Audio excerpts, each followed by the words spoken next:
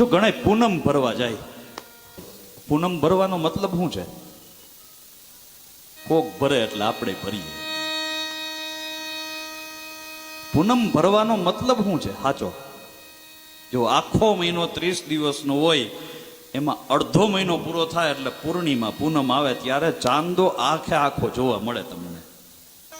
સાચું છે ને? તો વૈજ્ઞાનિક વાત કરું તમને. 3 અવસ્થા છે: બાળપણ, જુવાની અને ઘટપણ. આખા મહિનાનો વચ્ચેનો સમય એટલે પૂનમ, આખી જિંદગીનો વચ્ચેનો સમય એટલે જુવાની. ચાંદાની જેમ માણસ પૂરેપૂરો ખીલેલો હોય. ક્યારે? તો કે જુવાનીમાં. તો બેસ્ટ સમય કયો ભાઈ? બોલે જુવાની.